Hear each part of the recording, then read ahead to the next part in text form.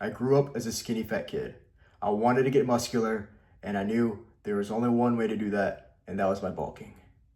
But I did not want to give up my Indian food because I love my Indian food, so I didn't do that.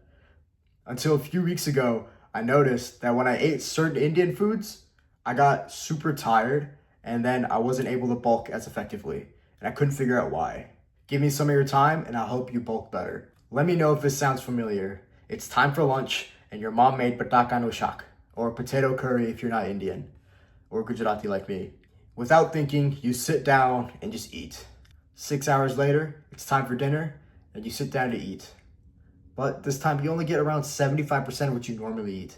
You just left out 25% of food. You're trying to bulk and you left out 25% of food. That is a big margin. This is exactly what happened to me. It was this story that led me to start thinking, why am I not hungry? Why do I feel like garbage? I need to figure this out so I can start bulking better. So, what's the problem? Well, certain Indian foods have a lot of carbs. Foods such as dal dokri, bhaji pav, and pataka no shak, and among other foods. They all have a lot of carbs. A lot of carbs means it's going to take a lot longer to digest, and it's going to increase your blood sugar levels. Increased blood sugar levels means you get tired. If you get tired, you're going to move less. You're going to be less active.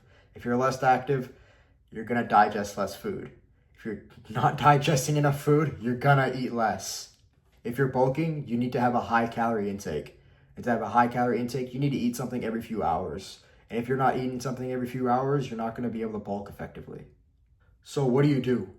If you really want to go to the extreme and completely solve this problem, you can cut out these foods. Cut out dal dokri, bhaji pav, pataka no shak. But if you're like me, you do not want to cut out those foods. Some of those foods are my most favorite things to eat. So I'm going to tell you a workaround and what has worked for me. What do? Time the meal better. Instead of eating it for lunch or even breakfast if you're a maniac, eat it for dinner. Because what are you going to do after dinner? Probably nothing. What are you going to eat after dinner? Probably nothing. You don't need to move around. You don't need to eat more calories anyways. So why not save foods that make you excessively full for longer periods of time until the end of the day? If you eat it at the end of the day, you're going to feel full and you're not going to want to eat anything after that. The problems caused by high carb meals happen regardless. If you eat those foods for dinner, it's not going to affect you as much. It's not going to change your day as much. You're going to feel tired. Well, guess what? It doesn't matter. It's the end of the day. You're going to feel full for longer. Well, guess what? It doesn't matter. It's the end of the day. You're probably not going to bulk anymore anyways for that day. So if you want to implement this, you're going to have to probably tell your mom. She's going to ask you, if she's Indian, she's going to ask you, what are you doing? Why aren't you eating it? And then just tell her that it makes you really tired and you don't want to eat it right now. And you're just going to eat it later.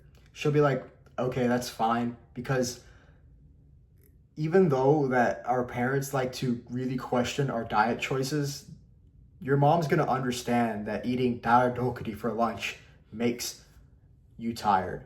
Eating dal dokri for lunch makes you tired because she knows this as well. She's also eaten the food. My mom complains that dal dokri makes her really tired. I told her exactly that if it's high carbs, she's going to feel tired. And I told her that I'm not going to eat it for lunch. And she was like, okay, I understand. So she only makes it for dinner now.